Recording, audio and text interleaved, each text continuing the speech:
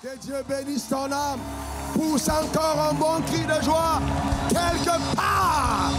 Gloire à l'agneau.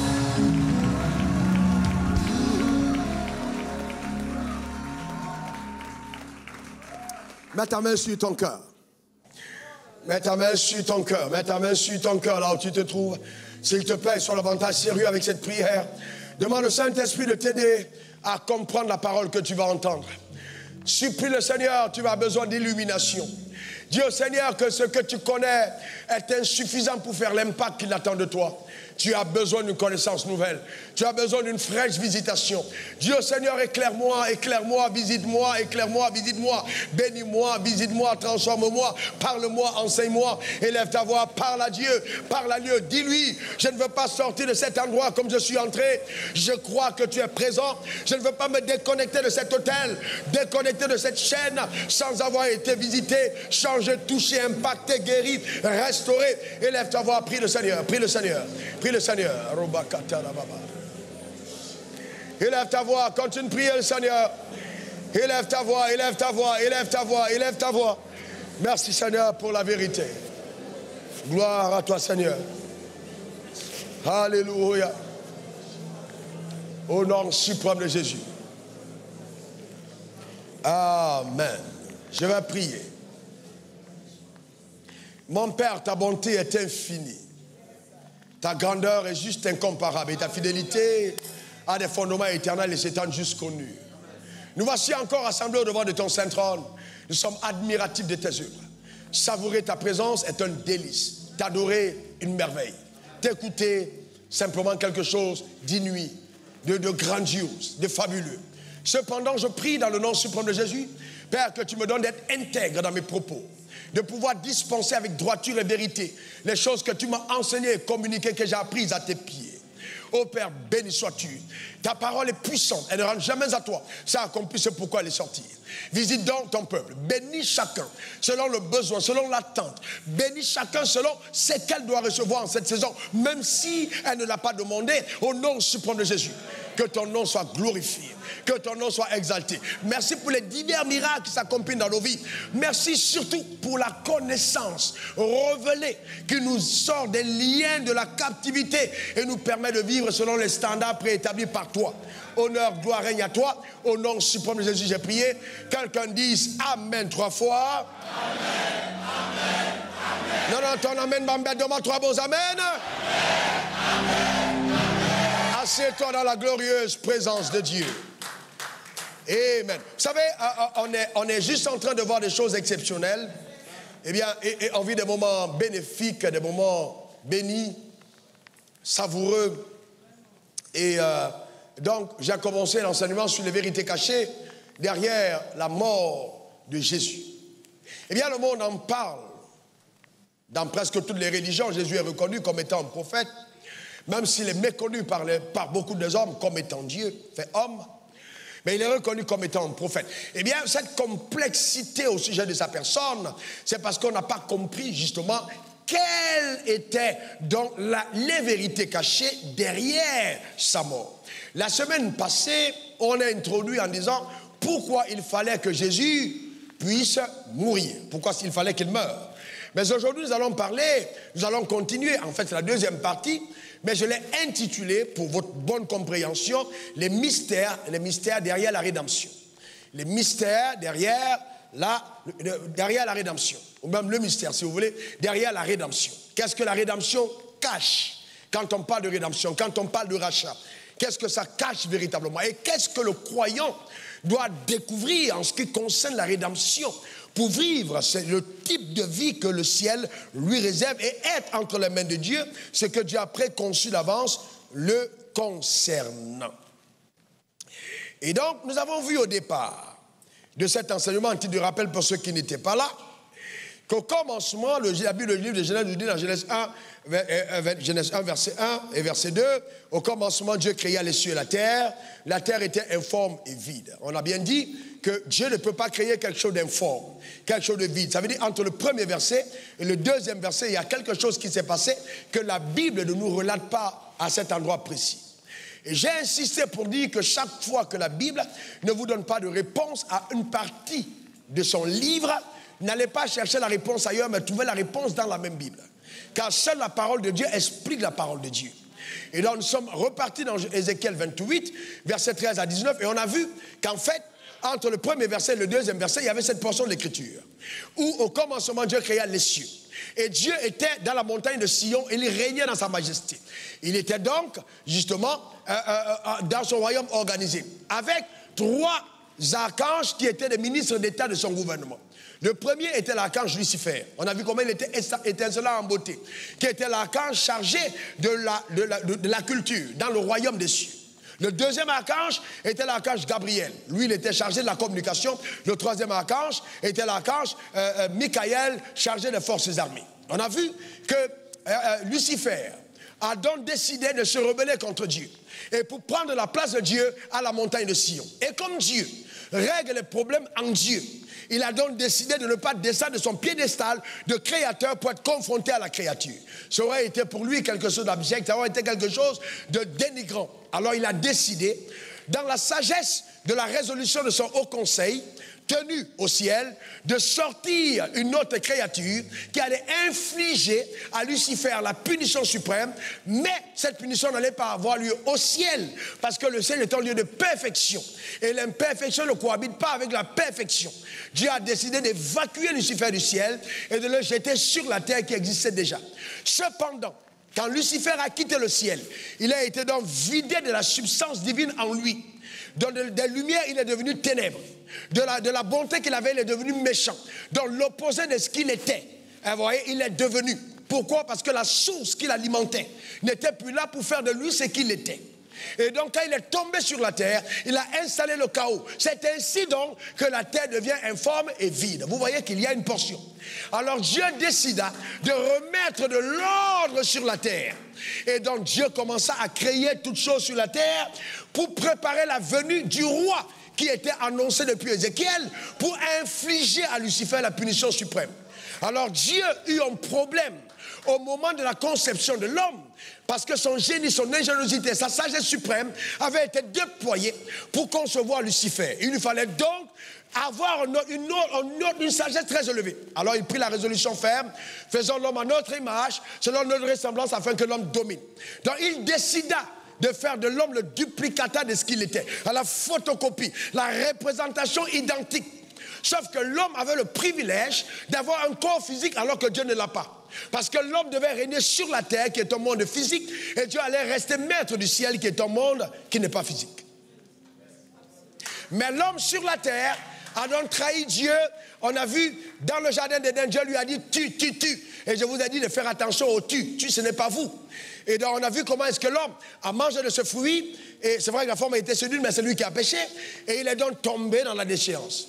Et c'est là justement que Dieu a engagé un plan de rédemption pour amener l'homme justement à la restauration. Mais revenons maintenant, et je vous ai promis ça la semaine passée, pour vous parler de cet homme qui a échoué. Cet homme Adam, comment il était? 20 caractéristiques d'Adam. Notez, c'est très intéressant. Je veux parler d'Adam sur 20 points différents. 20 points différents. Et donc j'ai dit aussi que quand Adam a chuté, Dieu a dit au serpent, la sémence de la femme écrasera ta tête. Écrasera quoi? Ta tête. Écrasera quoi? Ta tête. Et Dieu pensait là au système de pensée. Vous voyez, à la philosophie que Satan allait inoculer aux humains sur la terre, les éloignant de la pensée suprême de Dieu. Dans le problème de la mentalité, la tête était écrasée, la façon de penser de l'enfer, pour laisser prévaloir justement le règne de Dieu par la pensée de Dieu. Donc je ne peux pas régner si je n'ai pas adopté la pensée de Dieu. D'accord. La puissance de Dieu ne suffit pas. Il faut sa pensée. Nous allons y revenir. Comment était donc cet Adam? Genèse 1, verset 26. Dieu dit, faisons l'homme à notre image, selon notre ressemblance. Donc cet Adam avait été un Adam créé pour résoudre les problèmes divins, les problèmes de Dieu. Et donc même sans péché, la tâche qui avait été infligée à Adam n'était pas une tâche facile. C'est pour ça que Dieu l'a béni en disant domine. Quelqu'un dise domine. Oh non, dis-le bien. On ne peut pas dominer sans résistance. Si on dit domine, ça veut dire que tu auras une opposition. Donc l'homme n'a jamais été conçu pour la facilité, mais pour la possibilité. Il n'y a que les personnes feignantes qui pensent que ce sera facile. Même la bénédiction ne rend pas facile. Non. L'homme a été béni, mais ça n'a pas été facile. Ça a été possible. C'est ce que Dieu avait envisagé. C'était la possibilité.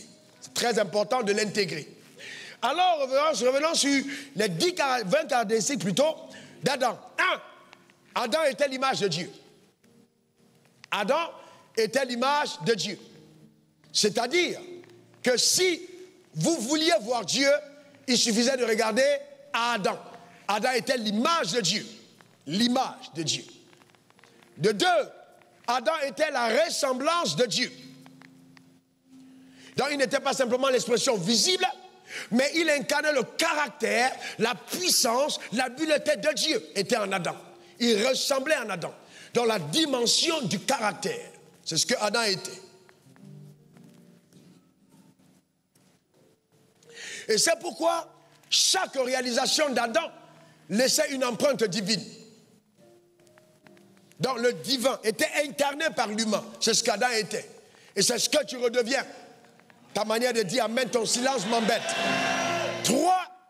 Cet homme, créé selon Dieu, était doté de toutes les aptitudes et pouvoirs absolus, ressources spirituelles et physiques pour réussir son mandat. Il avait tout pouvoir, toutes ressources, tant spirituelles et physiques. Il avait toutes les aptitudes pour réussir son mandat. C'est ce que cet Adam était. Je m'arrête un moment. Puisque nous parlons, écoutez-moi bien, de restauration. Quelqu'un dise restauration. S'il vous plaît encore. Alors, pour restaurer une maison, quand on parle de restauration, vous devez prendre, appeler l'architecte. L'architecte vous donne le plan initial. Et le plan initial vous permet de connaître comment était la maison pour la restaurer selon les standards initiaux.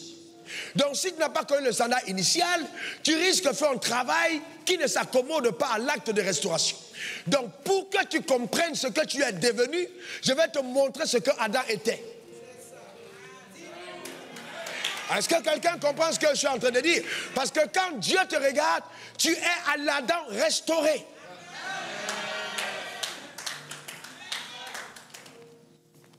OK? Donc, 4e point, Adam était béni par Dieu. Il était béni. Dieu a béni Adam. Adam était béni. Et je te déclare béni. Vous ne pouvez pas réussir la vie sans être béni. Même si la bénédiction ne suffit pas pour réussir. Parce qu'on a vu qu'Adam était béni, mais il a échoué. Et le problème des Africains, c'est la mauvaise compréhension de la bénédiction. La bénédiction rend les Africains paresseux. Donc ils ne comprennent pas la coopération avec l'énergie qui est infusée en eux et la faveur qui est créée au travers d'eux. Et c'est pourquoi on attend la gloire de Dieu sur la maison et jamais dans la maison. On continue. 5. Cet homme n'était pas possédé. Ce n'était pas un démon qui était son problème. Il n'avait aucun démon. Il n'était pas possédé. Ça veut dire que je peux ne pas être possédé et échouer. Remettre ton échec au démon, c'est avoir une mauvaise compréhension de ta divinité. Il n'était pas possédé. Numéro 6, ses parents n'étaient pas possédés. Donc il n'y avait pas de cordon ombilical à couper. Si vous vouliez délivrer Adam de ses origines, vous allez aller délivrer Dieu. C'est une abomination parce que Dieu n'était pas possédé. Donc ton père peut être pasteur, rempli du Saint-Esprit et tu échoues. On continue. 6, 7, très bien, vous êtes là. Il était très riche. Il était riche. Vous voyez que l'homme créé par Dieu était un homme riche. Mais l'homme créé par la religion est un homme pauvre. Ne confondez pas l'homme de la religion de l'homme du ciel. La religion vous donne un autre homme.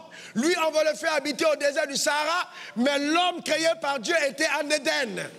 Oh, ta manière de dire amen m'embête. Dis encore amen. Dis encore amen. C'est très important. Il était riche. Cet homme était riche. Dieu n'a pas de problème avec la richesse. Je prophétise sur ta vie la richesse. Au nom suprême de Jésus. Dans toutes ses dimensions. On ne peut pas détester la richesse si on n'est pas influencé par un démon. Numéro 8. Il était en très bonne santé. Il se portait bien, vigoureux, fort. La sève de vie coulait dans ses membres. Il était en bonne santé. 9. Il avait autorité sur toute la terre, c'est-à-dire du nord au sud, de l'est à l'ouest. Tout lui était soumis. Et les hommes, le règne végétal, le règne des hommes, et les animaux plutôt, le règne animal, le règne végétal, lui était soumis. La terre entière était sous le contrôle d'Adam. Au temps d'Adam, il n'y avait pas de fumeur de chanvre parce qu'il dominait sur le végétal. Aujourd'hui, le végétal domine sur l'homme parce que l'homme n'a pas compris qu'il est du chanvre.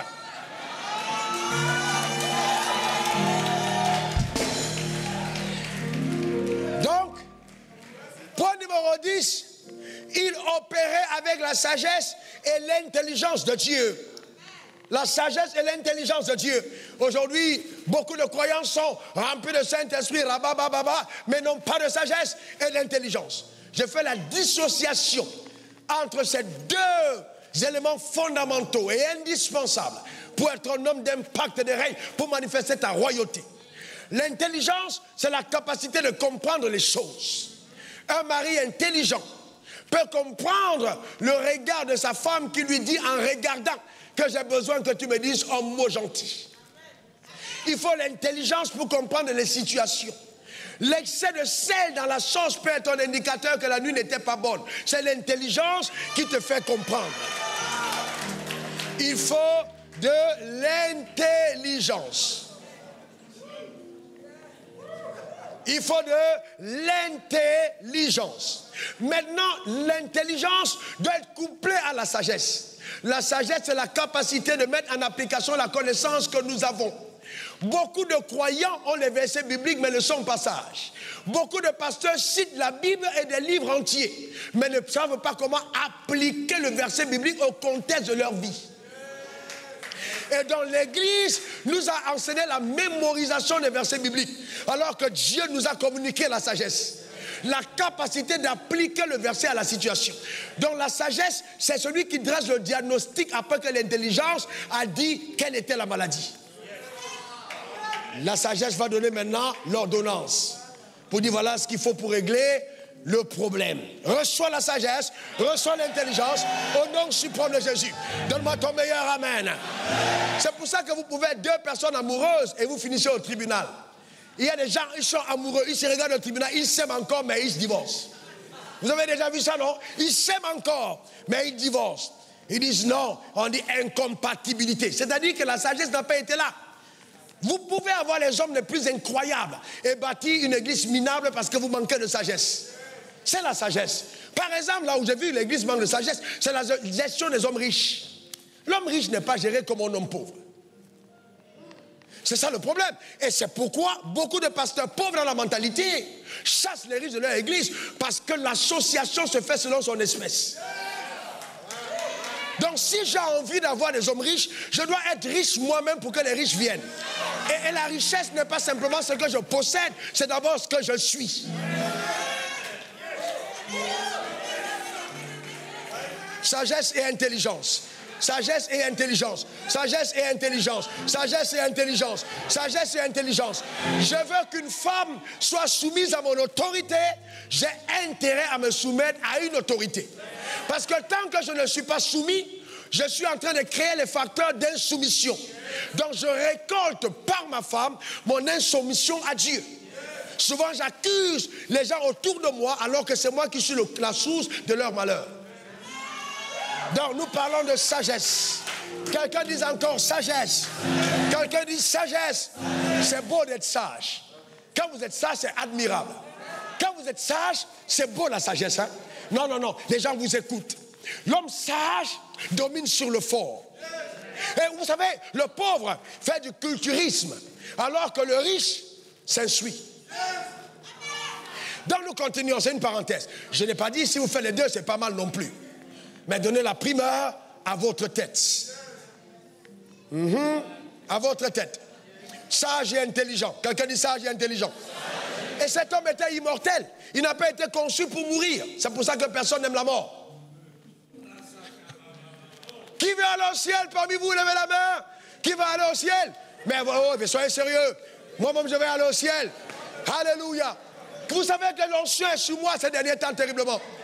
Quelqu'un veut aller au ciel. Ce matin, il va partir. Avant ça, je prie pour vous.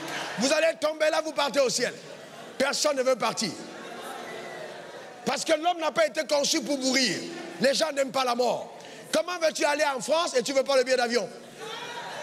La mort, c'est le billet d'avion pour le ciel. On continue. Voyez-vous, j'étais au point numéro 11. 12, point numéro 11, il était immortel. Point numéro 11, immortel. Point numéro 12, il opérait sous une atmosphère favorable et jouissait de la faveur de Dieu. Hey! Que le facteur faveur soit déclenché. Donne-moi ton meilleur amen.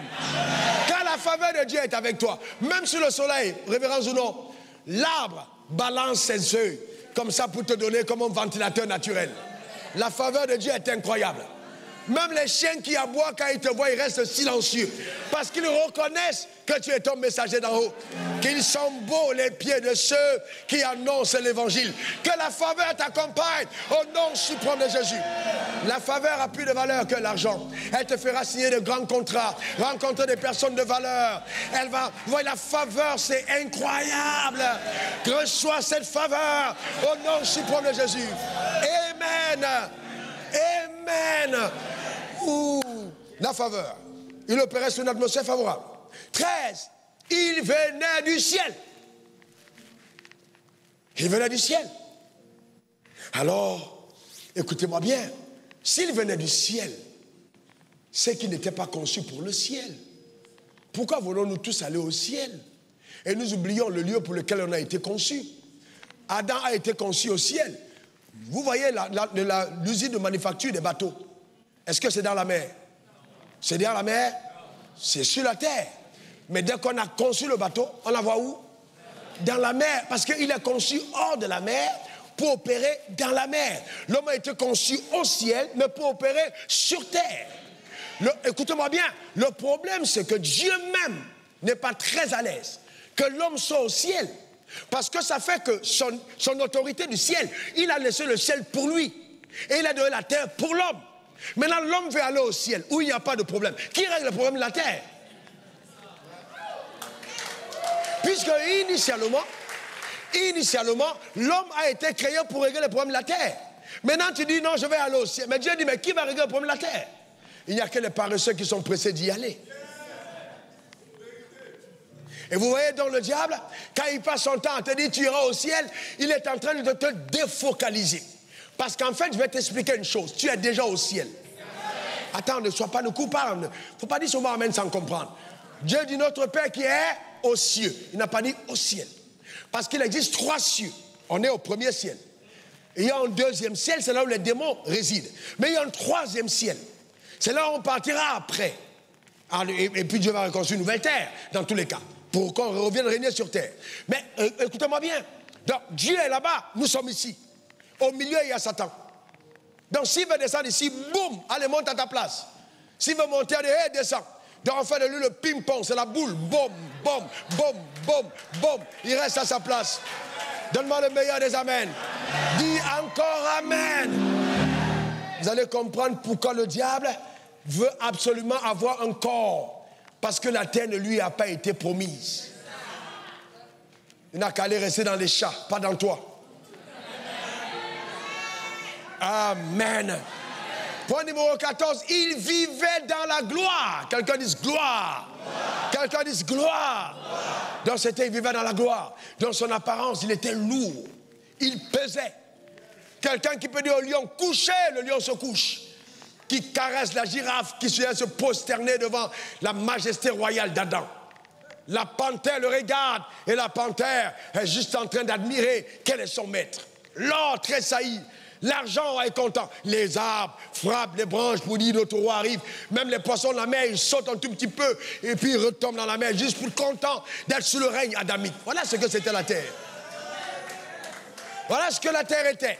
Donc, voyez-vous, il vivait dans la gloire. Il était un roi. Adam était un roi. Quelqu'un dise roi. Non, non, ta manière de dire roi m'embête. Il était roi. Parce que Dieu avait dit, afin que les rois te voient. Donc Adam n'a jamais été esclave. Il était un roi. La royauté. Que cette royauté te soit restaurée totalement. 16. Il était intendant de Dieu. Donc il était un homme d'affaires. Il n'était pas fonctionnaire. Il n'était pas salarié. Il était businessman. Le premier homme conçu par Dieu était un homme d'affaires. Et c'est pour ça que le diable n'aime pas les gens dans le business. Parce que quand tu es dans le business, tu es en train de retrouver la fonction initiale.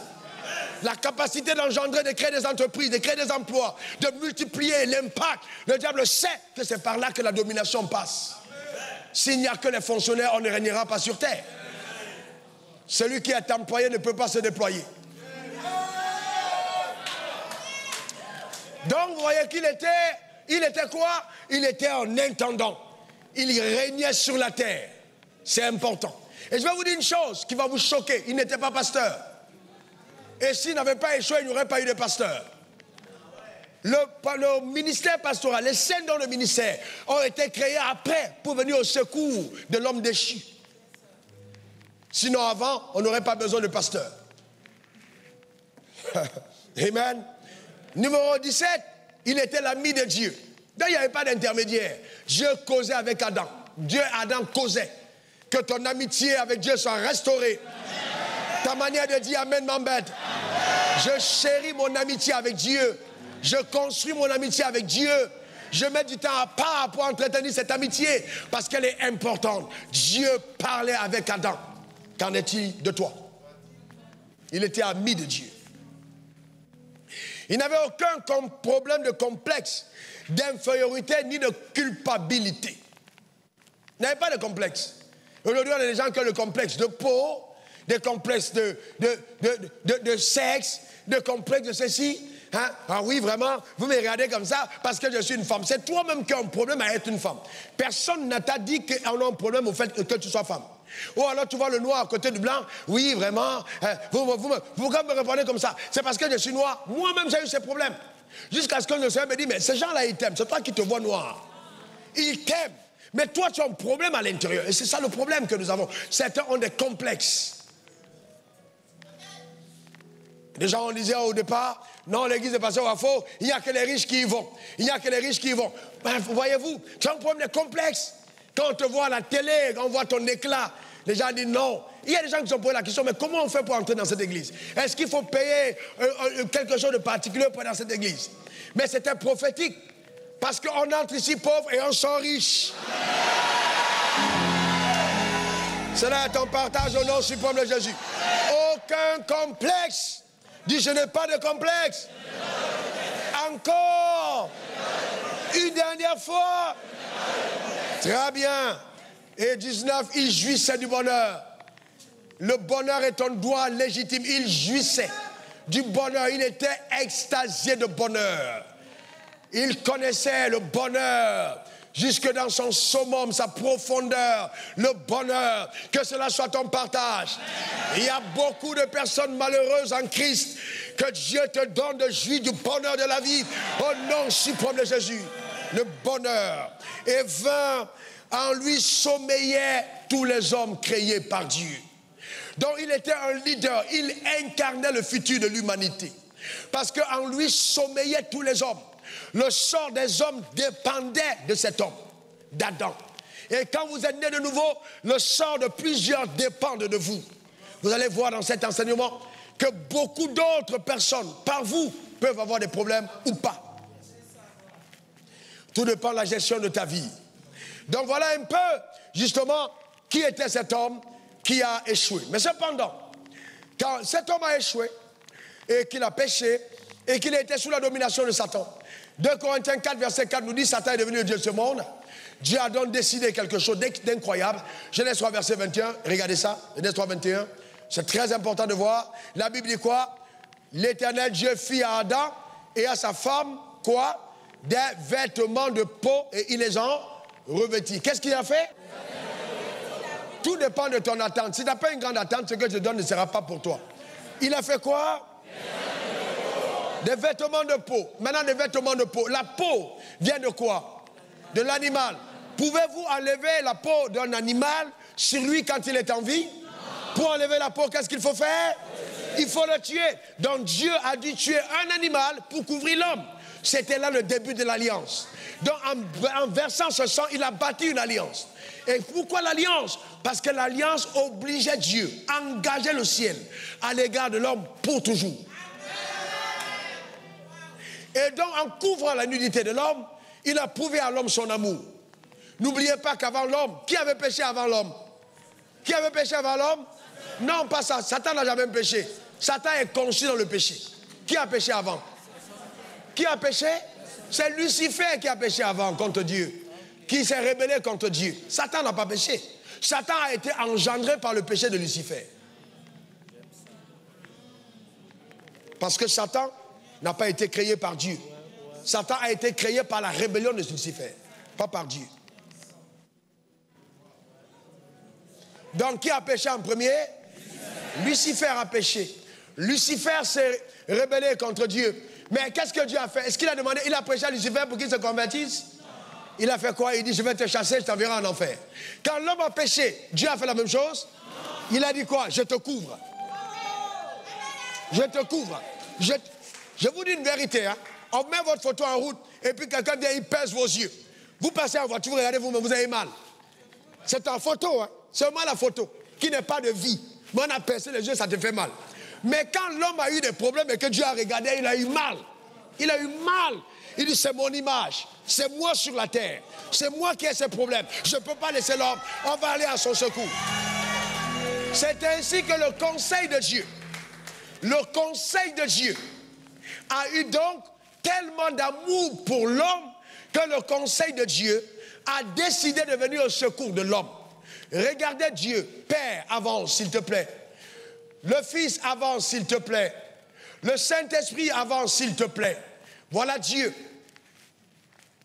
Alors, si vous voulez parler en termes de réflexion synchronisée et harmonisée, Dieu est une holding composée de 3 entités.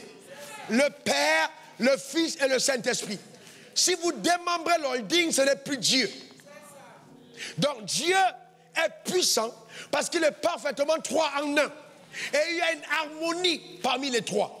Il y a une telle autorité, il y a un tel ordre parmi les 3 qu'à aucun moment il est connu des autres un quelconque dysfonctionnement ou problème qu'ils ont eu entre eux. Mais comme Dieu est pensant, ça veut dire qu'en Dieu il y a souvent eu désaccord, mais accord après le désaccord. C'est-à-dire que le Saint-Esprit peut proposer quelque chose au conseil et le Fils dit non, je ne suis pas d'accord, et le Père donne son avis, mais quand ils tombent d'accord et qu'ils sortent du conseil, personne ne sait ce qu'ils ont discuté ensemble. La faute des mariages, c'est que les mariages devaient fonctionner comme une holding. Mais dès que la femme n'est pas d'accord avec son mari, dès qu'il sort, elle appelle sa mère. Ce qui était supposé rester là, elle a appelé son ami pour dire ce qu'il y avait la résolution du conseil. Et quand ça peut marcher, ah, je t'avais dit non, c'est-à-dire, on n'assume pas la décision. Je parle généralement, c'est pas ma femme, je parle généralement. Ma femme a l'intelligence renouvelée, donc je parle généralement. Donc vous regardez tous ma femme, pourquoi? Regardez vous-même. Donc, alors, vous voyez, c'est comprendre que quand on est un, ils deviendront une seule chair. Il y a des accords, il y a des choses qui se discutent. Votre mariage ne sera jamais fort si vous ne parlez pas, si vous ne discutez pas, si vous ne puisez pas de la sagesse et de l'intelligence de chacun. Maintenant, je vais vous montrer que dans la puissance de l'accord de Dieu, Dieu n'est pas Dieu s'il y a un qui est paresseux. Discutez ensemble. Et qu'une femme qui prie pour rencontrer un homme riche qui a déjà tout réussi n'a pas compris le mariage et le rôle d'une femme. Si on est d'accord que la cohabitation se fait selon son espèce, si je veux un homme riche, je deviens riche. Vous comprenez pourquoi il y a beaucoup de leurres. Et tu te plains, tu dis que le monsieur ne te respecte pas. C'est parce que vous êtes de deux classes différentes. Il est riche, toi tu es pauvre. Comment vous pouvez cohabiter ensemble? Donc, vous voyez que c'est la parole de Dieu. Vous comprenez ce que je suis en train de dire? Non, je suis sérieux. Dieu n'a pas béni seulement l'homme, il a béni l'homme et la femme. Donc il ne faut pas croire que l'homme qui est assis à côté de toi est capable de plus que toi. Non, tu es capable de choses incroyables. Un homme peut te regarder à l'église et dire, hé Dieu, si seulement je vais avoir une femme pareille. Ce n'est pas à cause de tes lolos que tu allais augmenter, non. Je parle d'une femme qui est capable, de par son intelligence, sa réflexion et son... Je parle de ce genre de femme. L'image de la femme a été diabolisée. On va te déterminer par un derrière. Et toi-même, tu fais des photos avec le derrière. Si toi-même, tu es le derrière, tu montes. Comment tu peux être devant dans la vie?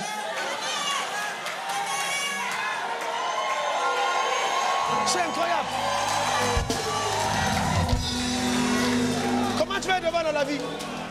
Tu peux pas être devant. Il faut qu'on augmente ton derrière. Tu vas serrer la jupe. Même marcher, il faut monter le derrière. Montre-nous ta tête, montre-nous ta tête. Montre-nous ta tête, montre-nous ton intelligence. Montre-nous ta sagesse. Montre-nous de quoi tu es capable. Montre ce qu'il y a dans la tête. Montre la tête. Montre la tête.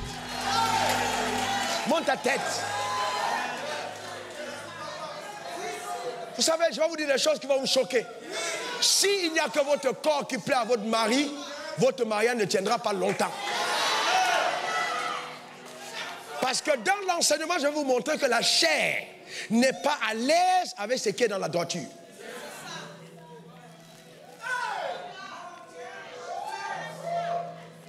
Donc les trois ont eu un conseil de Dieu. Il y a eu un conseil. Les trois ont siégé. Le Père, le Fils et le Saint-Esprit. Et la première chose, c'est qu'il fallait neutraliser les ennemis de l'homme. Il fallait neutraliser les ennemis. Donc le premier ennemi qu'ils ont connu, c'était le monde. Le premier ennemi. Pourquoi le monde? Écoutez-moi bien. Que quelqu'un dise profondeur. Que quelqu'un dise profondeur. Dis encore, j'aime la profondeur. Le monde, pourquoi? Qui a créé le monde? Qui a créé le monde? Mais pourquoi le monde peut devenir ennemi de l'homme? Parce qu'il faut réfléchir. Hein, mon fils? Pourquoi le monde que Dieu a créé peut devenir ennemi de l'homme? Parce que le monde a donné ce qui était sien pour pouvoir faire tomber l'homme.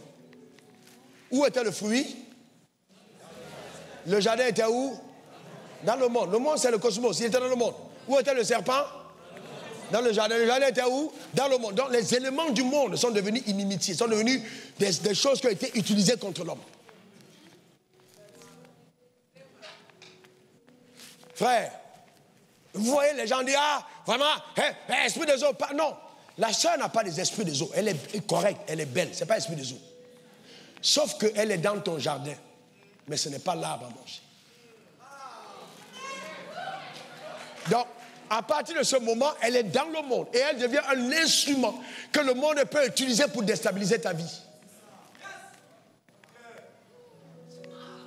Donc, tout ce qu'il y a dans le monde peut être instrumentalisé contre ta percée. Même si c'est créé par Dieu. L'arbre n'a pas été créé par le diable, mais utilisé par le diable. C'est utiliser ce que Dieu a créé.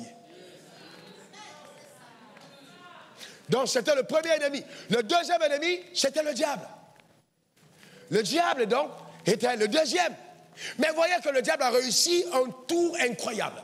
C'est-à-dire, il a réussi à se faire passer pour la personne la plus exceptionnelle. Et les croyants sont là à toutes les réunions. Feu, feu, feu, feu. Si on demande aux gens, priez maintenant que Jésus, que pour aimer Dieu, les gens dorment. Dès qu'on dit maintenant, prenez autorité contre le diable, tout le monde se réveille. Oh, en fait, la dynamique que les gens ont contre le diable démontre qu'ils respectent plus le diable que Dieu. Dès qu'on dit Satan, hey, pas de la main, pas de main,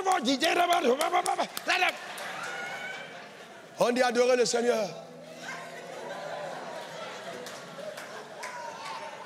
Qui est ton maître?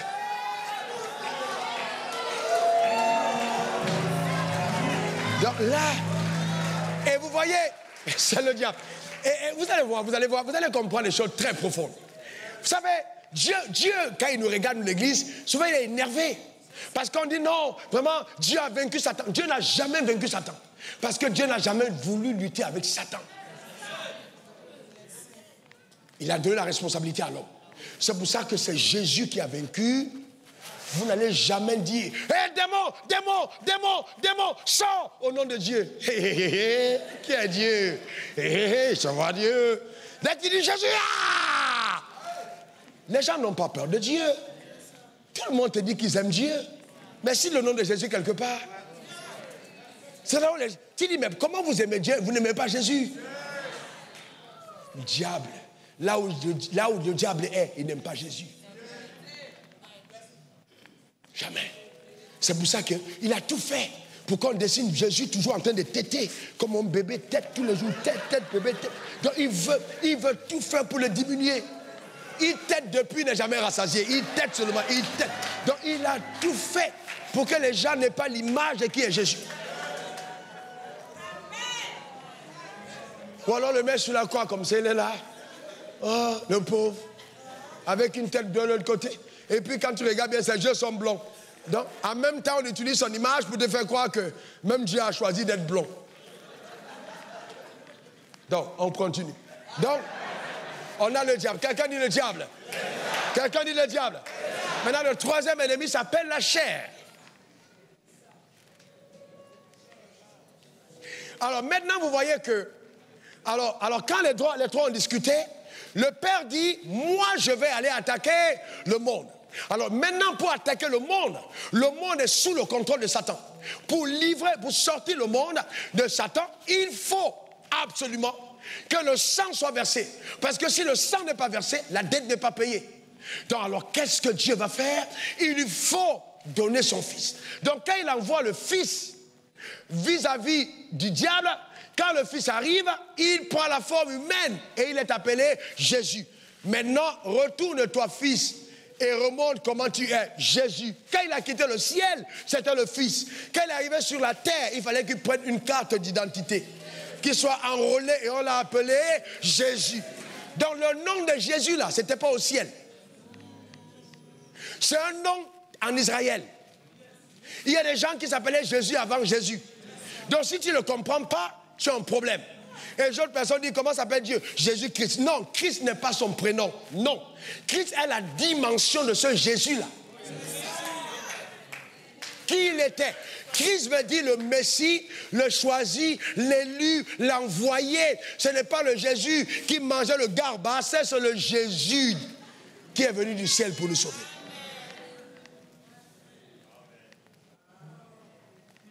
Parce que nous allons entrer dans le mystère de la piété. Et vous allez comprendre pourquoi tout le monde peut s'appeler Wafo, mais il y a Wafo et Wafo. Il y a des gens qui donnent à un nom une autre dimension. Quand les démons disent que non, Jésus on connaît, Paul on connaît, qui êtes-vous? Vous pensez qu'il n'y a pas plusieurs autres Paul dans la ville? Mais il y a des Paul et des Paul. Il y a des gens qui polisent et divinisent le nom de Paul pour leur donner une dimension spirituelle de poids. Ça, il faut avoir peur quand il dit Wafo. Il faut bien faire attention. On va revenir sur la mystère de la piété. Donne-moi ton meilleur amen. Dis encore amen. Amen. Je vais te montrer comment, à partir de ton nom, la divinité est entrée dans ton ennemi. Kwame, Kwasi, Yakabe, tous les noms que vous avez. Amen. Il y a des noms que Grimundandete, tous ces noms-là. Amen. Amen. Et Dieu a été bon parce qu'il a donné un nom facile à prononcer. Imagine, c'était Zumgani Kete. Au nom de Zumgani Kete, c'est un peu long. Jésus, 5 lettres. Ça va? Vous êtes avec moi? Ok. Est-ce que vous suivez? Alors maintenant, il y a donc, voyez-vous, il y a donc ces deux batailles. Maintenant, suivez-moi bien. Jésus doit venir donner son sang. Reviens. Jésus naît d'une vierge appelée Marie. Selon la loi de la reproduction, on se reproduit selon son espèce. L'éléphant donne naissance à un éléphanteau. Le lion a un lionceau. Le chien a un chiot. L'homme a un homme. Et Dieu a un Dieu. Est-ce que Marie était Dieu? Très bien. Donc quand on dit Sainte Marie, Mère de Dieu, est-ce que c'est vrai? Pas du tout. Parce que Marie a donné le corps qui était le corps de Jésus. Mais Dieu a donné la vie de Jésus. Donc ça veut dire qu'il y a une double dimension. La dimension physique et la dimension divine et spirituelle. Donc la spiritualité d'un homme, c'est dans son sang. Et dans le sang, le sang qu'a eu Jésus à sa naissance n'était pas le sang d'un homme. Parce qu'aucun spermatozoïde n'a fécondé Marie. Et donc c'était Dieu. Donc il portait dans son corps le sang de Dieu. C'est pour ça que dès qu'il est né, l'étoile a signalé au ciel. Bing, bing, bing, bing, bing, bing, bing, bing, bing. Naissance d'un Dieu sur terre. Les mages ont bougé de partout. Ils ont commencé à poursuivre Jésus. Pourquoi? Parce que le monde que voici était soumis à la puissance démoniaque. Et les richesses de ce monde elles-mêmes cherchaient à être affranchies de la domination de Satan. Dans la venue de Jésus, les anges ont célébré, les richesses ont acclamé pour dire voici enfin celui qui nous donne l'espérance d'appartenir à la rédemption. C'est pourquoi, regardez, je vous montre un texte. Quand on parle du mystère de la piété, le mystère de la piété, c'est juste incroyable. Donc, beaucoup de croyants, ne le comprenant pas, vivent comme si la rédemption était juste une simple petite histoire qui consiste à aller au ciel. 1 Timothée 3,16. Et sans contredit, le mystère de la piété est grand. 1 Timothée 3,16. On va ensemble. Et sans contredit, le mystère de la piété est grand. Celui qui a été manifesté en chair, justifié par l'Esprit, vu des anges, prêché aux gentils, cru dans le monde, élevé dans la gloire. Donc le mystère de la piété ici, c'est le fait que Dieu est descendu du ciel et s'est fait homme. De deux, voyez-vous, il est devenu homme dans la chair. Il a été justifié par l'Esprit. Le Saint-Esprit a rendu témoignage de lui. De trois, les anges l'ont vu. Et ils n'ont pas seulement vu, ils sont venus chanter des cantiques à sa naissance. De quatre, il a été prêché aux gentils, c'est-à-dire aux païens. On a cru en lui dans le monde. Mais ce même Jésus qui a été abaissé, il est élevé dans la gloire. Et Dieu lui a donné le nom au-dessus de tous les autres noms. À la mention duquel toujours nous fléchit dans les cieux, sur la terre. Et sous la terre, et toute langue confesse que Jésus est Seigneur à la gloire de Dieu, le Père. Maintenant, allons-y plus calmement. Est-ce que tout le monde comprend déjà un peu jusqu'où on est? Est-ce que vous comprenez bien? Je priais vraiment toute la nuit hier que vous compreniez. Parce que ça, c'est la clé. Quand vous l'avez compris, vous avez compris la rédemption. Les choses deviennent faciles. Il y a des dotations qui sont tiennes quand tu as une certaine compréhension. Il dit, vous êtes purs à cause de la parole que vous avez entendue. Il y a des dotations qui sont tiennes à cause d'une certaine compréhension. La connaissance précède l'abondance. Quand je ne connais pas, je n'ai pas. Donc tout ce que je vais dire, crier sans comprendre, ça ne sert à rien. Il faut la connaissance. Il faut connaître. Comment tu te tiens quand tu pries? Sur quelle base? Tu dis à Dieu ce que tu dis, tu demandes ce que tu demandes. Tu ordonnes ce que tu ordonnes. Comment peux-tu dire à l'argent, viens, je suis arrivé? Si tu ne comprends pas le rôle du monde vis-à-vis de ta rédemption. Et que le monde te doit. Tu vas commencer à te balader en route comme un esclave alors que tu es roi. Tu vas ressembler à un roi qui est par terre et tu les esclaves sur les chevaux. Il faut les faire descendre de ton cheval. Tous ces esclaves qui prennent tes possessions. Ta manière de dire amen m'embête. Si tu ne dis pas un bon amen, tu vas rester pauvre. Hein?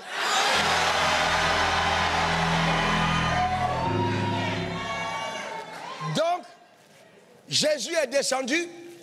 Jésus est venu nous aider. Il a payé ce prix pour la rédemption de l'humanité. Maintenant, je dis, je vais aller calmement. Donc, quand Jésus arrive, Jésus a un défi. 1 Jean 3,8 dit, le Fils de l'homme a apparu afin de détruire les œuvres du diable. Donc, il est venu pour détruire les œuvres du diable. On a dit quoi? Regardez. 1 Jean 3,8. Celui qui pèse, dès le commencement. Le Fils de Dieu apparu afin de détruire les œuvres du diable. Philippiens 2, verset 10. Afin qu'au nom de Jésus, tes genoux fléchissent dans les cieux, sur la terre et sous la terre. Alors, les genoux fléchissent en quel nom? En quel nom? Pourquoi les genoux ne fléchissent pas au nom de Dieu? Parce que Dieu n'a jamais vaincu Satan. Parce que Jésus a vaincu Satan.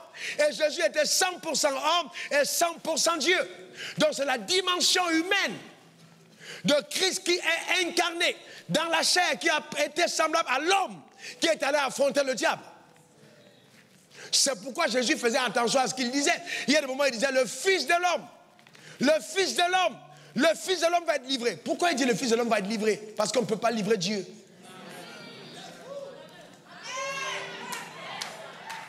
On ne livre pas Dieu.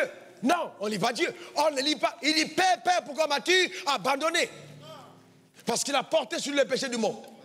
Donc, tout le monde est d'accord, dit, le plus grand miracle de Jésus, c'est qu'il a ressuscité les malades, il a guéri les morts, il a ressuscité les morts, il a guéri les malades. Mais ce n'était pas son plus grand miracle, révérend là. Son plus grand miracle, c'était de vivre sur terre 33 ans sans péché. Et je pense que c'est la raison pour laquelle il ne devait pas rester jusqu'à 100 ans. C'était quand même beaucoup. La majorité, 30 ans, il a fait 3 ans, il est mort. Dans la jeunesse, pour que toi tu ne meurs pas jeune.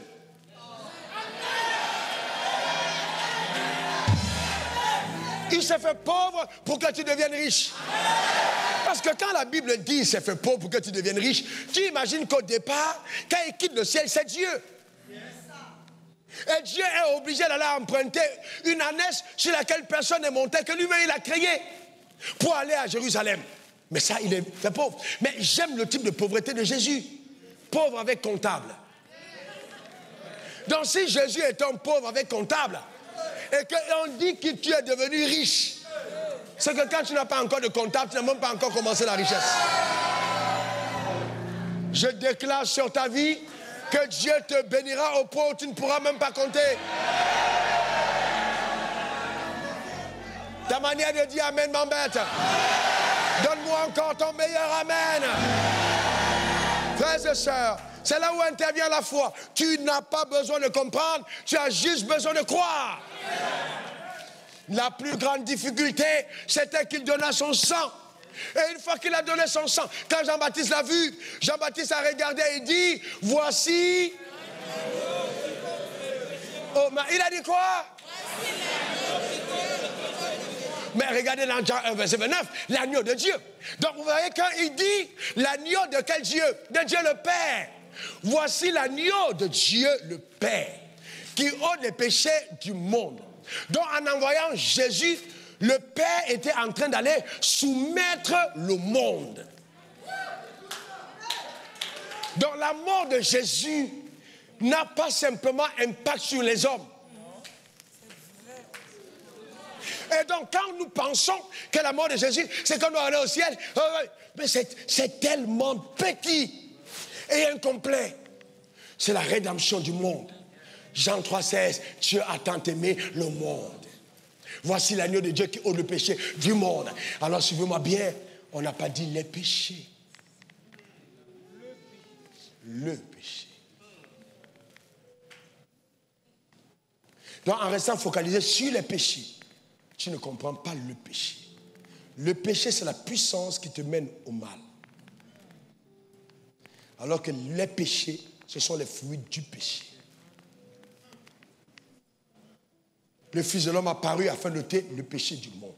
Et donc, si le monde a basculé sous l'autorité de Satan par le péché, et que le péché a été ôté, je vous repose une question intelligente.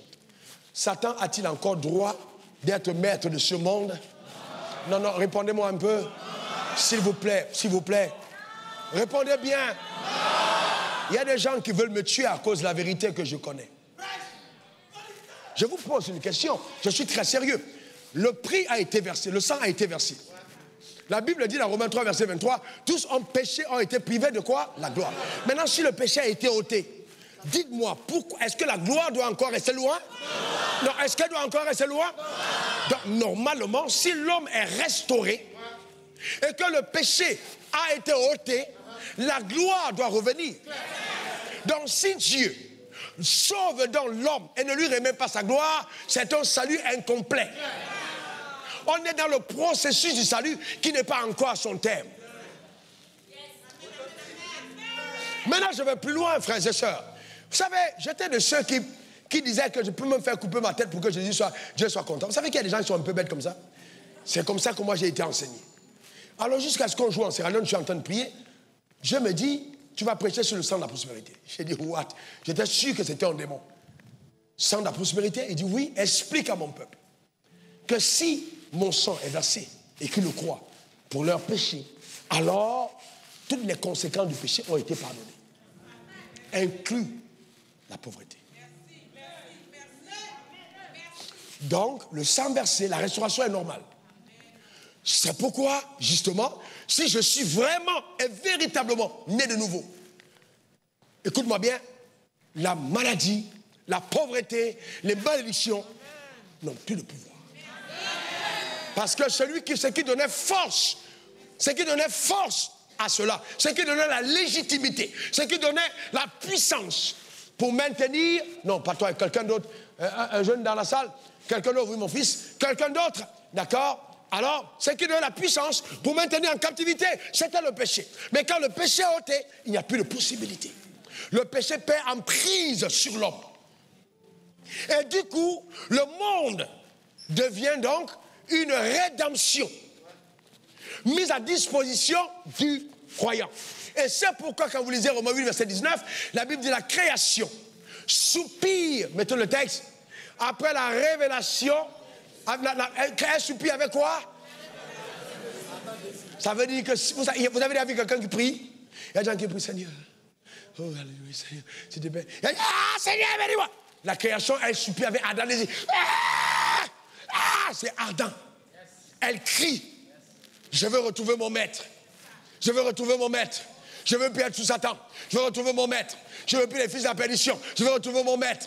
Il y a des châteaux qui crient, des maisons qui crient, les comptes bancaires qui parlent, l'argent qui pleure. Ça te cherche. Le problème, c'est que tant que tu n'as pas compris que même la création est spirituelle, tu es en retard. Voilà le vrai problème. Vous pensez qu'il n'y a que les démons. Feu sur les démons. Non, on met tous les démons de côté, tu ne vas pas réussir. Si tu n'as pas compris ce que je t'enseigne. La richesse est spirituelle. Je peux appeler l'argent, je dis argent vient, l'argent vient. Je suis allé à Paris en escale. 2 jours d'escale. J'ai passé 5 coups de fil. J'ai juste salué les gens. Je voyage, j'appelle l'argent. 20 millions sont venus me saluer à l'hôtel. En 2 jours. Si tu comprends pas bien, tu vas dire, si fait 365 jours, ça fait 10 millions par jour. Non, c'est que c'est une escale technique. Et on est venu juste te saluer à l'hôtel. Et puis, c'est normal, frère. Je vous dis la vérité, ça marche.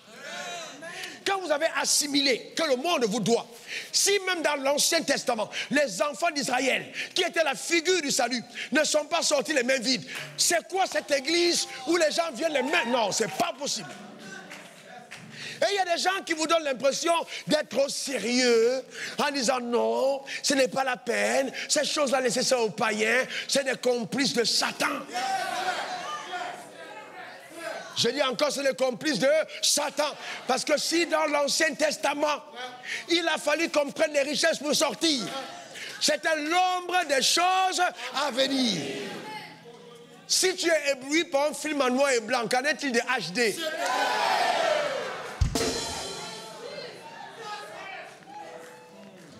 Et le Saint-Esprit ajoute un film en noir et blanc et flou. Il dit c'est flou. Maintenant, on te met HD, haute définition. Qu'est-ce qui va t'épater? Je prophétise sur ta vie une vie en HD. Alléluia. Quelqu'un dit, je ne suis pas pauvre. Je ne suis pas malade. Je suis restauré. Je suis sage. Je suis intelligent. Et je marche dans la victoire. 3 amen. Alléluia. Amen. Maintenant, suis-moi bien. Alors, écoute-moi bien. Donc, le problème ici, c'est quoi? Dieu te restaure. Maintenant, Le drame, voilà le problème, voilà où se trouve le problème. C'est que les gens ont eu un problème avec le monde parce que c'est les méthodes avec lesquelles les gens ont eu les choses du monde. C'est aberrant qu'un croyant utilise les méthodes du diable. On ne peut pas servir Dieu avec les stratégies de l'enfer. On ne gagne pas le monde avec les méthodes du monde. C'est pour ça que Jésus a dit non au monde sans la croix. Le monde, on l'obtient par la croix. Une femme qui est bénie doit être véritablement bénie. Parce qu'on peut avoir l'argent sans la croix. Tout ce qui n'est pas de la croix devient une complicité tacite et visible de la chair. Et ici, le croyant qui ne comprend pas ce que Jésus a dit, reste là-bas. Jésus a dit, il est préférable que je m'en aille, car si je ne m'en vais pas, le consolateur ne viendra pas. Mais quand il sera venu, le Saint-Esprit, il vous conduira dans toute la vérité. Donc après que Jésus ait neutralisé le diable, il y a un dernier combat qui est en train d'avoir lieu. Donc la rédemption est continue. Parce que dans le processus du renouvellement de ton intelligence, la bataille c'est avec ta chair. Donc je peux être rempli du Saint-Esprit et être charnel.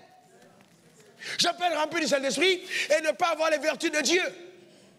Et c'est pour ça qu'il dit dans Galates 5, verset 16, marchez donc selon l'Esprit et vous n'accomplirez pas les désirs de la chair. Maintenant, suivez-moi bien, suivez-moi trop bien. La chair n'est pas ton corps. Et Adam n'avait pas de chair. Chair signifie souvent corps et souvent ancienne nature. Mais dans le texte, là, le mot chair vient de bazar, qui veut dire ancienne nature. Donc, est-ce que Adam avait une ancienne nature? Il n'y avait pas d'ancienne nature. Quand on parle d'ancienne nature, c'est une nature corrompue. Adam n'était pas corrompu. C'est après le péché que le système de pensée d'Adam a été pollué. Et donc, qu'est-ce qui s'est passé quand ça a été pollué? Dans Adam, le diable a inoculé le virus d'un système de pensée qui ne venait pas du ciel. Donc, Adam avait un problème intérieur qui était dans son sang. Lévitique 17, verset 11, il est écrit, l'âme de la chair est dans le sang. Je vous l'ai donné sur l'autel afin qu'il servît d'expiation pour vos âmes. Car c'est par l'âme que le sang fait l'expiation. C'est-à-dire, c'est dans ton sang que se trouve ton âme. Tu as bien compris ça? Donc, en d'autres termes, ce que tu es dans ton âme. Donc, quand je reçois le Saint-Esprit, ce que je suis est dans mon âme. Si mon père était un polygame à 25 femmes, j'ai dans mon âme des gènes de polygamie latentes et qui attendent le moment d'expression. La colère, l'animosité et les choses semblables sont dans l'âme. Donc la bataille, c'est maintenant au niveau de mon âme. Et là, le croyant doit être à genoux et vraiment constamment avec le Saint-Esprit pour 24 heures sur 24 être au-dessus des tribulations de sa propre chair. C'est pourquoi à un certain moment de la maturité spirituelle, le croyant va s'isoler de tout ce que le monde lui propose pour dire non, mais pour pousser dans la connaissance de Dieu. Au début, quand vous êtes un bébé spirituel, je reçois. Et puis, vous recevez des choses qui viennent du monde et vous vous rendez compte que tout ce que le monde te donne hors de la croix va ressusciter ta chair. C'est pourquoi vous voyez des hommes d'affaires qui étaient des bons frères. Quand ils commencent à gagner l'argent, ils rétrogradent. Ce n'est pas que l'argent est mauvais, c'est la méthode avec laquelle ils ont gagné. Chaque fois que le diable te donne quelque chose, il réclame quelque chose. C'est pourquoi on doit enseigner aux riches d'être véritablement riches. Et c'est le rôle que joue justement l'offrande à l'autel. Donc quand la chair commence à avoir des problèmes, il y a des batailles qui sont résolues par ta sémence. Il y a des moments où l'argent peut tellement te créer des problèmes que Dieu te dit augmente, va à 25%. Et là quand tu vas à 25%, tout de suite le silence s'installe. Parce que tu domptes l'argent en sacrifiant l'argent sur l'autel. Et ton cœur reste rattaché à Dieu. Donc beaucoup de personnes reçoivent les choses de Dieu, mais elles deviennent des idoles parce qu'elles n'ont pas la mentalité de Dieu dans la gestion des choses. Donc c'est pourquoi la mentalité est importante. Comment Dieu veut qu'on gère quelque chose. C'est ça. Même dans le mariage, il y a une mentalité de la famille. La mentalité d'une femme. Qu'est-ce que le monde féministe est en train de faire aujourd'hui? Instrumentaliser pour amener les femmes à ne pas être soumises, c'est tout. Mais le drame, c'est que la beauté d'un couple et la force d'une femme, c'est dans la soumission. Une femme qui n'est pas soumise perd totalement ses vertus. Totalement. C'est-à-dire, elle devient l'aiguillon de Satan dans sa maison. Mais quand elle est soumise, elle déclenche la puissance de Dieu. Parce que Dieu travaille par le principe de la soumission à l'autorité. La puissance d'une femme, c'est son habileté à garder. C'est pour ça que même dans la voix de la femme, même quand elle crie, ah! Mais l'homme va crier, oh! Mais vous savez, il y a des femmes aujourd'hui, elles ont fait des efforts de crier comme le, ah, ah! Non, c'est pas possible. Faites attention. Dieu n'est pas bête, il a pris la femme de la côte. Mais il y a des femmes tibias. Il faut les casser, frapper, casser pour les ramener à la côte. Je prophétise que le tibia est ramolli. Amen. Il faut retrouver la douceur. Il faut être douce. Il faut être une femme douce. Qu'une femme déclare, je suis douce. Je suis soumise. Je suis forte. Je suis intelligente. Alléluia. N'oubliez pas que dans le conseil de Dieu, le Saint-Esprit qui est tout calme joue le rôle important de neutralisation de la chair. Donc une femme qui est dans une association et dans une alliance ne peut pas laisser le seul rôle au mari de neutraliser le diable. Elle-même doit être un peu un Saint-Esprit pour aider la chair à rester calme. Chacun a son rôle. On n'a pas dit au Saint-Esprit que comme tu es Saint-Esprit, tu ne fais. Non, chacun doit travailler. Dans une alliance, chacun a son rôle. Quelqu'un qui est dans l'alliance, qui n'apporte rien, est un profiteur. Chacun doit jouer son rôle. Même si ton rôle s'est préparé, prépare bien. Donne-moi le meilleur des amens.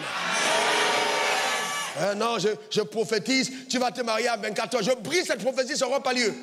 Tu ne te maries pas en 24 heures. Tu rencontres un homme en 24 heures, tu risques d'épouser un démon. Il faut que ce soit quelque chose de connu. Quelqu'un qui opère dans les mêmes fréquences. Tu ne peux pas aller ramasser un homme dans les bars et en faire ton mari. Une princesse de l'Éternel que tu es. Ce n'est pas possible. Les femmes ont occulté leur destinée parce qu'elles se sont mises sous une autorité qui était indigne de la royauté qu'elles incarnent. Tu n'es pas n'importe qui. Alors déclare après moi, je ne suis pas n'importe qui. Non, déclare-le encore, je ne suis pas n'importe qui. Encore une fois, je ne suis pas n'importe qui. Qu'est-ce que le monde veut faire? Qu'est-ce que le monde... Écoutez-moi, laissez-moi toucher un point important. Le monde vous dit, oui, soyez sexy. Soyez sexy. Maintenant, tu portes ta jupe, c'est devenu ici. Tu viens à l'église, tu mets au foulard, là. Tu sais tes fesses, tu sais tout. Alors, quand on voit sexy, on pense à quoi? Sexe. Il y a différence entre sexy et mariagi.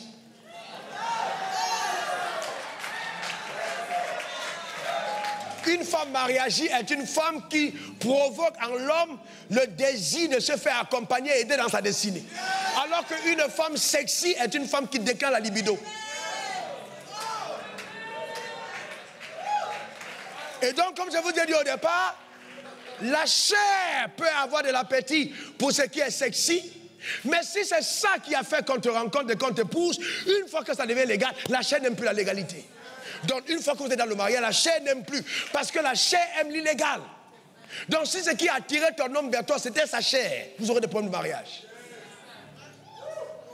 Parce que la chair aime quand c'est illégal. La chair n'a pas d'appétit pour les choses de juste et droite. Tu comprends maintenant comment tu vas prier pour ton mari? Tu comprends comment il faut prier pour ton mari? Sérieusement. C'est-à-dire, si vous transitez pour la dimension charnelle, alors vous perdez tout sens d'appréciation de l'humain. Vous entrez dans le domaine animalier, le domaine bestial, le domaine du règne de la bête. Et c'est ça le problème. Parce que tout homme qui n'a pas Christ est un homme animal. Donc sa chair s'exprime. C'est pour ça qu'on a des hommes singes. Ils sautent de branche en branche. On a des hommes lions. Quand ils rencontrent, ce sont même pour tuer. Ça, c'est les gigolos, c'est les mangeurs de viande. Voyez-vous, on a différents types d'hommes. Voyez-vous, c'est différent. Qui vont hein, on a les facochères, on a les hommes vautours. C'est quand l'homme est mort qu'ils viennent chercher les veuves. Ça, c'est les hommes vautours. Ils vont récupérer dans tout ce qui est cadavre. Ils vont là pour trouver les cadavres. Est-ce que quelqu'un comprend?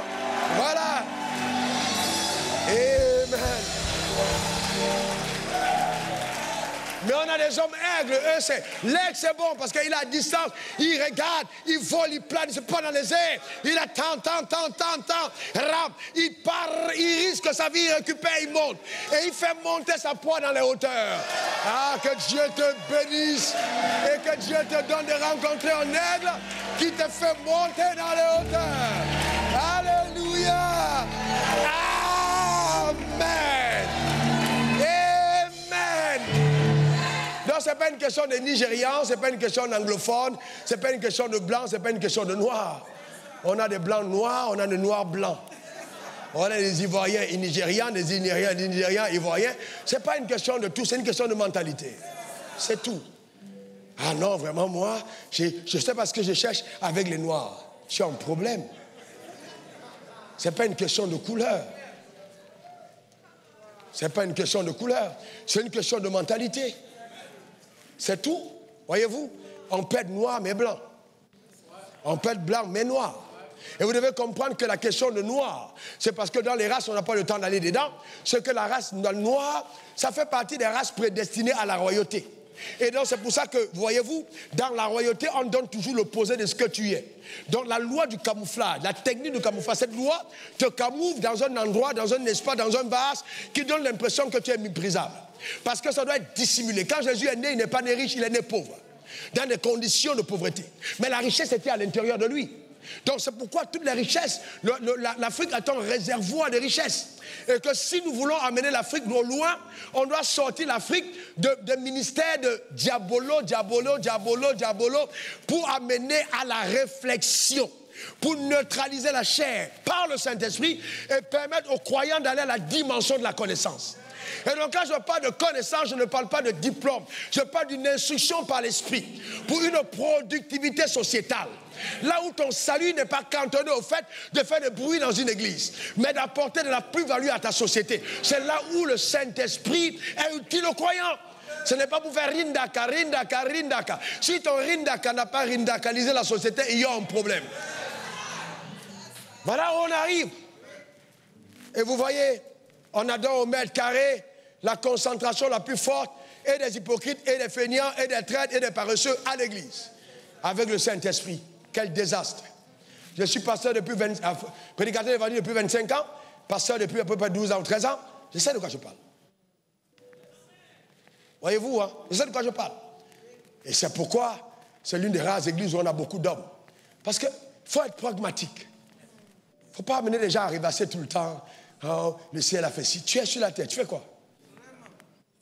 Voilà des choses tellement importantes. Voyez-vous, très importantes. Et donc, le vrai combat, ce n'est pas d'abord contre quelqu'un à l'extérieur. C'est batailler au niveau de ta chair pour vider toute la substance héréditaire de ton père. Et dire non à certaines choses. Tu dois toi-même noter sur les papiers les choses qui sont en toi et qui livrent une guerre contre ta destinée. Tu dis non à la paresse, tu dis non tu dis non au mensonge, non à l'hypocrisie, non à cela. Sur un bout de papier, à genoux. Et là, le Saint-Esprit pourra t'aider là à triompher d'abord contre toi-même. Parce qu'il y a une bataille à livrer contre toi-même. Vous voyez, beaucoup de gens sont mais désagréables. Vous savez, les pasteurs, vous les voyez sur la chair, sont comme des anges. Mais vous ne connaissez pas un homme quand il est sur la chair. Côtoyez-le après la chair. Beaucoup de nous enseignons les principes, mais très peu les pratiquons. On ne croit pas à la Bible. Parce que notre chair n'est pas renouvelée. Notre mentalité, notre chair maîtrisée n'est pas soumise. Notre mentalité n'est pas renouvelée. Donc le système de pensée, la tête de Satan n'a pas encore été écrasée. Donc nous continuons de porter en nous la tête. On a le Saint-Esprit, mais on est gouverné par la tête de l'enfer. On fait tout ce que l'enfer demande. Et on a le Saint-Esprit. Et c'est ça la grosse séduction, en fait. C'est la grosse séduction. Il n'y a que dans l'église où j'ai vu les gens avoir du mépris pour le travail. Ne pas considérer l'autorité. Je regarde, je suis effaré, je dis, mais c'est pas possible. Quand est-ce que les gens de l'église vont se réveiller? Frère, réveillez. Vous n'allez pas vous tenir comme ça et vous dire, oh, pasteur, impose-moi les mains, je vais enseigner comme toi. Frère, ça là, ce n'est pas don seulement. Il y a étude derrière. Il y a la méditation derrière. Il y a des recherches derrière. Il y a la prière derrière. Il y a le soupir derrière. Il y a des veilles derrière. Il y a des semences derrière. Tout ça, vous ne pouvez rien faire sans vous investir. Investissez-vous pour prendre le contrôle de vous-même. Contrôlez vos vies. Contrôlez vos destinées. Contrôlez votre aide. Prenez votre vie d'assaut par le Saint-Esprit. C'est pourquoi il est descendu pour t'aider. Dans la dernière bataille, continue. Il essaie de se lever et tu le neutralises. Il essaie de se lever et tu le neutralises. Heureusement, le Saint-Esprit est là. Mais il ne peut le faire que si le croyant demande le secours. Ah, pasteur, ça fait 15 ans que je me masturbe. Ça fait 15 ans que tu as aimé la masturbation. Ce qui est vrai. Parce qu'en fait, le pouvoir qui t'est donné par Dieu est un pouvoir qui te donne de choisir et d'agir. Dieu ne te délivre pas de ce que tu aimes. Une fois que tu as aimé, il te laisse avec. Le Saint-Esprit est tellement gentleman qu'il te laisse avec ce que tu aimes. Et chaque chose que tu aimes, qui appartient à l'enfer, donne un pouvoir à Satan sur ta vie.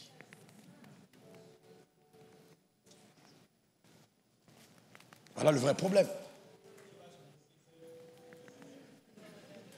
Voilà le vrai problème.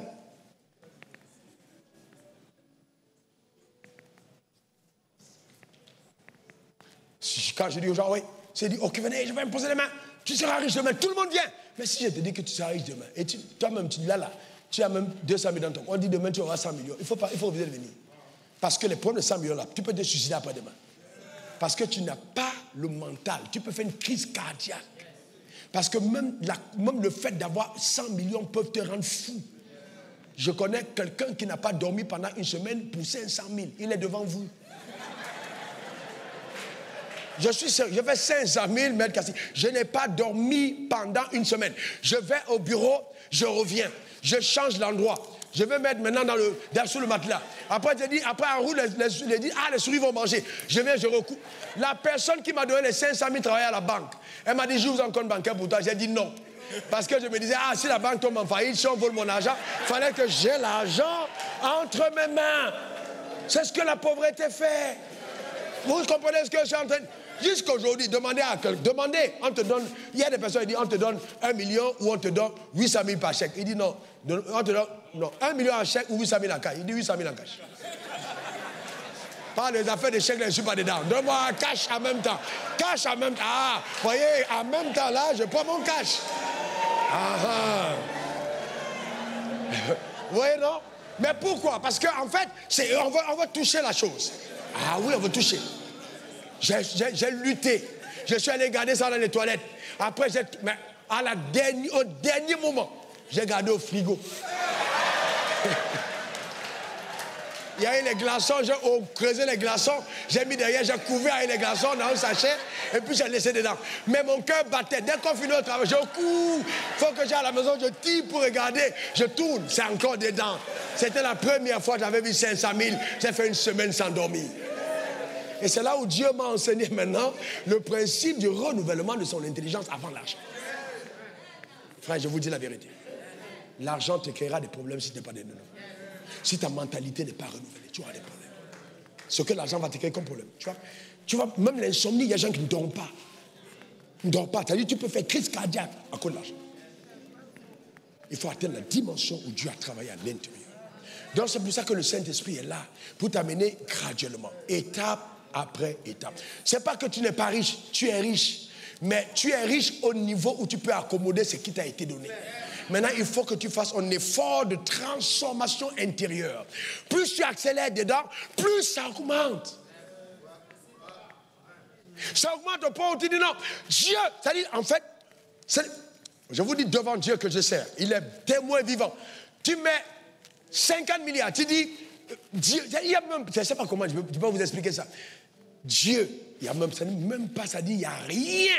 C'est-à-dire rien qui puisse Même un seul moment m'amener à prétendre que je vais choisir autre chose. Parce que j'ai découvert Dieu. Parce que je vis la rédemption dans mon âme. Je peux savoir qui j'étais hier, ce que je suis devenu. Et je vois mes progressions. Pas en performance de message, non, en performance caractérielle. Dans ma manière d'avancer, d'être brisé de l'intérieur, de progresser dans l'humilité, d'aimer les personnes. J'ai jeûné pour la compassion. J'ai jeûné pour ne pas désirer la poche des gens. J'ai fait ce genre de jeûne pour avoir un cœur pur. J'étais là la dernière fois, mes fils sont venus la dernière fois à la maison. On te donne les offrandes. C'était aux environs de 3h du matin. Je parlais avec eux. Ils ont sorti. J'ai dit non, regardez, ne faites pas d'offrande aujourd'hui. C'est moi qui vous donne. On a parlé. Il n'y a pas d'offrande. Gardez l'offrande sur vous. Gardez. Et puis je donne l'argent à chacun. On a parlé jusqu'à 4h du matin. 3h30, 4h. Je suis parti. Mes frères, la richesse, c'est ce que nous sommes. Donc, nous parlons des choses profondes. Nous parlons de la vérité de Dieu. Il faut aller à la quête de la dernière bataille, le dernier combat. Ton père ne vivra pas par toi. Amen. Non, ton père ne vivra pas. Amen. Ta manière de dire. Non. Amen. Non. Mon grand-père ne vivra pas par moi. Non.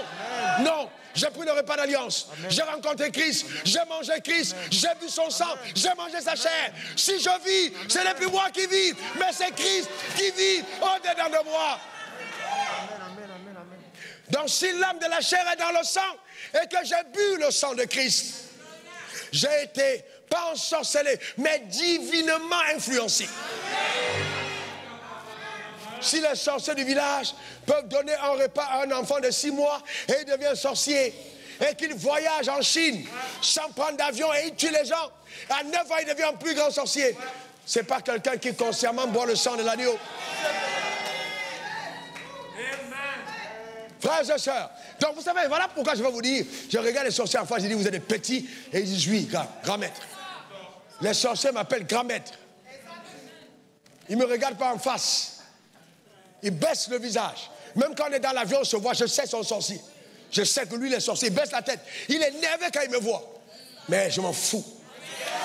J'ai la lumière de Dieu en moi. Je règne dans la vie. Je suis une espèce en voie de disparition. Je suis la lumière de ce monde. Est-ce qu'il y a quelqu'un qui est comme moi dans la salle? Est-ce qu'il y a quelqu'un qui est comme moi dans la salle? C'est pas pour moi. Et donc, voyez-vous, c'est ça le mystère de la piété. Le mystère de la piété, c'est que Dieu s'est fait homme. Dieu s'est fait homme. Pour nous donner à nous d'entrer dans la dimension de la royauté. Je termine avec ceci.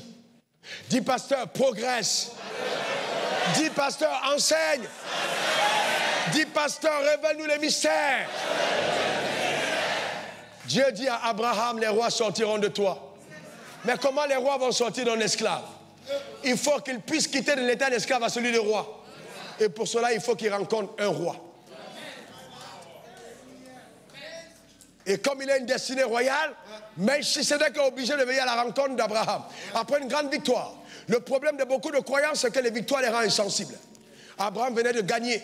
Abraham venait de remporter une grande bataille. Et il comprend qu'il faut être sensible. Melchisedec apparaît. Il n'a pas dit pourquoi tu veux venir faire amitié avec moi, c'est à cause de mon argent. Non, il a compris que celui qui est en face là, c'est lui qui peut t'introduire dans ce qu'il faut, ce que Dieu annonce. Et c'est à partir de ce moment, quand Melchisedec a béni Abraham, qu'Abraham est entré dans la royauté. Et qu'Abraham a pu engendrer des rois, Aaron a pu sortir de lui. Donc, nous pouvons être esclaves. Mais quand nous rencontrons Jésus, ça change. C'est pourquoi, la seule fois où Jésus a dit, dans Luc 19, 10, le Fils de l'homme est venu chercher et sauver ceux qui étaient perdus. Il a dit ceux qui. Ceux, c'est eux. En français, ça veut dire ceux. Ce n'est pas C-E-U-X. Ce n'est pas plusieurs, mais ceux qui, quelque chose de perdu. Non, mais là, il parlait de quoi? Il était chez Zachée. Zachée était riche. Zachée était court. On peut être riche et court. Et je me suis rendu compte que plus on est riche, si on n'a pas Jésus, on baisse en taille. Parce que la richesse a l'art de te rendre court pour voir Jésus. Ça te fait diminuer en taille. Tu ne vois plus Jésus parce que l'argent est devenu tellement important pour toi que quand Jésus passe, tu ne vas pas le voir. Il te faut beaucoup d'efforts. Monter sur l'arbre, monter sur un sycomore pour repérer Jésus passer. Et quand Jésus l'a vu, Jésus a dit, voici ce que je suis venu faire. Invite-moi chez toi. Invite-moi chez toi. Et tout le monde a commencé à murmurer. Il dit, les gars, je suis venu chercher et sauver ce qui était perdu. Il est riche, mais il n'a pas de royauté. Je suis venu restaurer la royauté de l'homme riche. Donc vous voyez que, il faut, quelqu'un dise royauté. Quelqu'un dise encore royauté. En fait, en toi réside, tu as déjà les gènes de la royauté. Quelqu'un dise encore royauté. Ne vous fâchez pas quand votre enfant va être sapé les matins. Laissez-le s'habiller. Quelqu'un dise encore royauté. La royauté est génétique. C'est à l'intérieur de toi. Quelqu'un dise royauté. C'est à cause de la royauté que les Noirs aiment se saper. Quelqu'un dise royauté. Ce n'est pas pour rien que l'or est caché sous la terre et le noir est dessus. Quelqu'un dise royauté. Et le diable a tout fait pour que le noir ne travaille pas parce que l'or est en bas, il faut travailler. Quelqu'un dise royauté. La prière ne sera pas suffisante, il faut aller au travail. Dis encore royauté. La prière ne va pas creuser le sol. Non, c'est toi qui dois creuser. Dis royauté. Alléluia. Que Dieu bénisse ta vie. Que Dieu bénisse ton âme. Que Dieu célèbre ton être. Vous écrivez de joie dans la présence du roi.